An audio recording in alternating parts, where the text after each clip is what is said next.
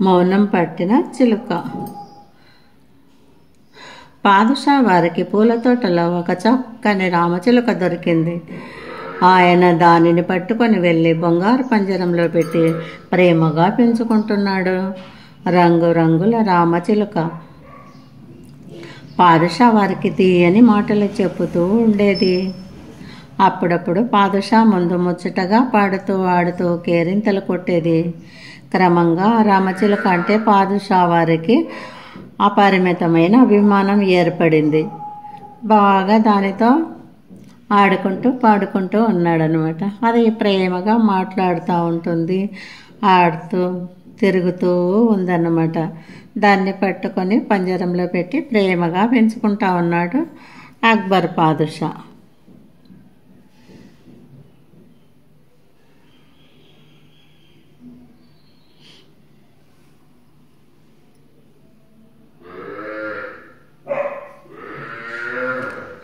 అక్బర్ పాదుషా ఆ చిలుకను పెంచడం కోసం ప్రత్యేకంగా ఒక సేవకుని నియమించాడు. ఎప్పుడు దానిని జాగ్రత్తగా చూస్తూ శ్రద్ధగా పోషిస్తూ ఉండాలని ఆజ్ఞాపించాడు. ఒక సేవకుని పెట్టాడన్నమాట చిలుక కోసం ఆహారం పెట్టడము బాగా చూసుకోమనేసి. దానికి ఎటువంటి బాధ కలిగినా సహించనని గట్టిగా చెప్పాడు. చిలుకను గురించి ఎవరు ఏ మాట చెప్పినా, చెడు మాట చెప్పినా వాడి తల ఎగిరిపోతుందని శాసించాడు. సేవకుడు రామచిలుకను ప్రాణంగా పెంచుతున్నాడు అన్నమాట. బాగా రాజు రామచిలుకను పెంచుకోవడం దాని మీద ప్రేమ ఎక్కువ ఉండబట్టి దాన్ని ఎవరు ఏం చేసినా నేను వారి తల అంటే వాళ్ళను ఉరి తీస్తాను, చంపేస్తాను అనేసి చెప్పాడు రాజు. కొంతకాలం గడిచింది. ఒకనాడు ఆకస్మికంగా రోగం వచ్చి ఆ రామచిలుక చనిపోయింది. సేవకుడి గుండె గుభిల్లుమంది. అది ఉన్నట్టుండి ఒకరోజు ఏదో జబ్బు చేసి చనిపోయిందన్నమాట. ఇంకా రాజుకు తెలిస్తే నన్ను ఏం చేస్తాడో ఏమో అనుకొని బాధపడుతున్నాడు. ఆ సంగతి పాదుషా వారికి చెప్పితే వెంటనే తన తల ఎగిరిపోతుంది. పోనీ చెప్పకుండా ఉంటే తెలిసినప్పుడైనా పాదుషా వారు తన ప్రాణం తీయక మానరు. ఆ దుర్వార్త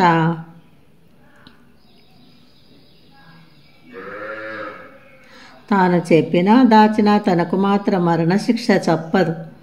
సరే అని కొన్ని రోజులకు అది చనిపోతే రాజుకు తెలుస్తుంది. అప్పుడైనా ఉరిశిక్ష తెస్తాడు, లేకుంటే చెప్పకపోయినా నన్ను మరణశిక్ష విధిస్తాడు అనేసి అనుకున్నాడు అన్నమాట ఆ సైనికుడు.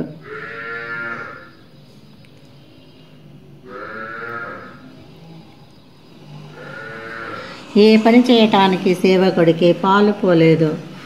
అందువల్ల అతడు వీరబలుడి దగ్గరకు వెళ్ళి తనకు వచ్చిన సంకటం వినిపించుకున్నాడు. ఏదైనా ఉపాయం చెప్పి అపాయం నుంచి కాపాడమని వీరబలుని వేడుకున్నాడు. వీరబలుడు సేవకుడికి ధైర్యం చెప్పి ఇంటికి పంపించాడు. తాను పాదుషా దగ్గరకు బయలుదేరాడు.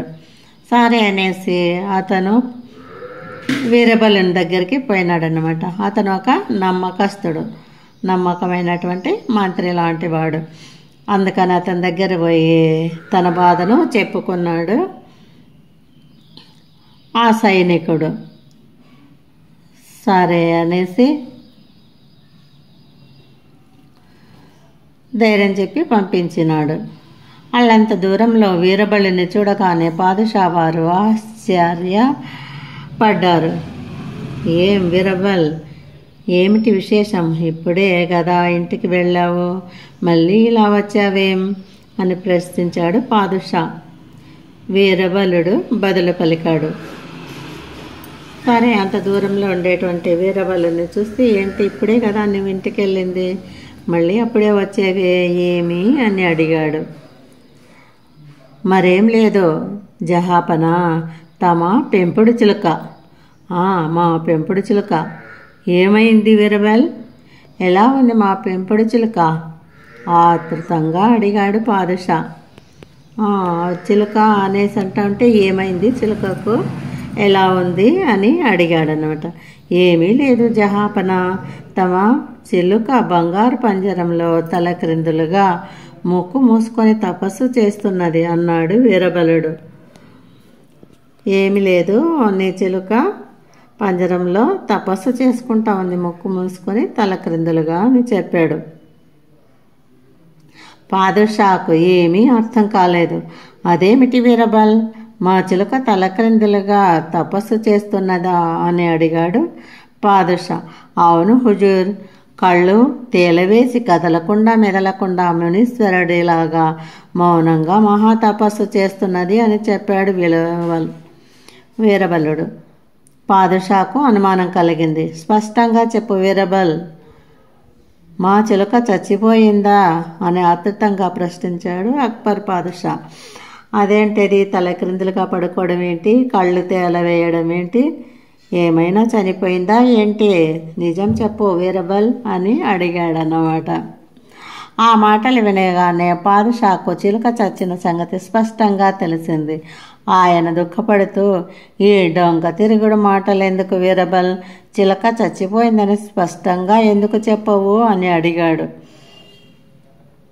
ఓహో, చనిపోయిందా, చనిపోయిన సంగతి నేను ఇన్ని రకాలుగా మార్చి చెప్తున్నావా అని చాలా బాధపడ్డాడు తెలుసుకొని.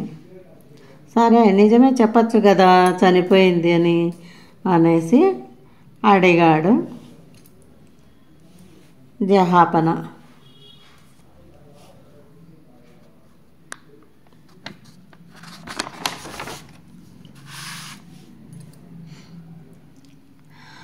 అలా చెబితే తమరు నా ప్రాణం తీసేస్తారుగా హుజూర్. తమ పెంపుడు చిలుకను గురించి ఎవరు వచ్చి ఏ చెడ్డ మాట చెప్పినా తల తరిగి వేస్తానని శాసించారుగా తమరు. అందువల్లనే దాని చావు కబురు తమకు చల్లగా చెప్పాను. మీకు ఏ విధంగా చెప్పినా కూడా బాధపడతావు కదా, అందుకే చెప్పలేదు. మమ్మల్ని చంపేస్తావు, అందుకే ఈ విధంగా చెప్పాను అన్నాడు. చిలుక చచ్చిందని మీరే అన్నారు కనుక ఇక నాకు భయం లేదు అని విన్నవించుకున్నాడు వీరబలుడు. అక్బర్ పాదుషా నిట్టూర్స్తూ ఏమీ మాట్లాడకుండా ఊరుకున్నాడు. మీరే చిలుక చనిపోయిందని మీరే చెప్తా ఉన్నారు, మీకు తెలిసిపోయింది కాబట్టి ఇంకా ఏమీ మాట్లాడకుండా ఊరుకున్నాడు. నేనే చెప్పానా చనిపోయిందని, ఇంకైతే వేరే వాళ్ళను ఉరిదీయడానికి చంపడానికి వీల్లేదన్నమాట అనేసి అనుకున్నాడు పాదుషావారు. పాదుషావారు అంటే ఎవరో కాదు, మహారాజు. వీరబలుడు ప్రారంభించాడు. మన్నించండి జహాపన, సేవకుడన్నవాడు యజమానికి మంచి మాటలతో పాటు చెడ్డ మాటలు కూడా చెప్పవలసి వస్తుంది అని ఓదార్పు మాటలు చెప్పాడు వీరబలుడు. ఒక్కోసారి మంచి చెప్పాలి సేవకుడు, చెడు కూడా చెప్పాలి కదా అంటుంది అని ఓదార్చాడు. అక్బర్ పాదుషా తల ఊపుతా, అవునవును నీవన్న మాట నిజమే అంటూ అంతఃపురం వైపు సాగిపోయాడు. సరే సరే, మంచి చెడు రెండు వినాలి కదా, నాకు తెలియకపోయింది అనేసి అనుకున్నాడు. ఇప్పుడు తెలిసిందిలే నాకు అనేసి చెప్పి ఆ రాజు వెళ్ళిపోయాడన్నమాట. వాళ్ళ ఇద్దరి దగ్గర నుండి సేవకుడు వీరబలం నుండి కోట వైపు వెళ్ళిపోయాడు.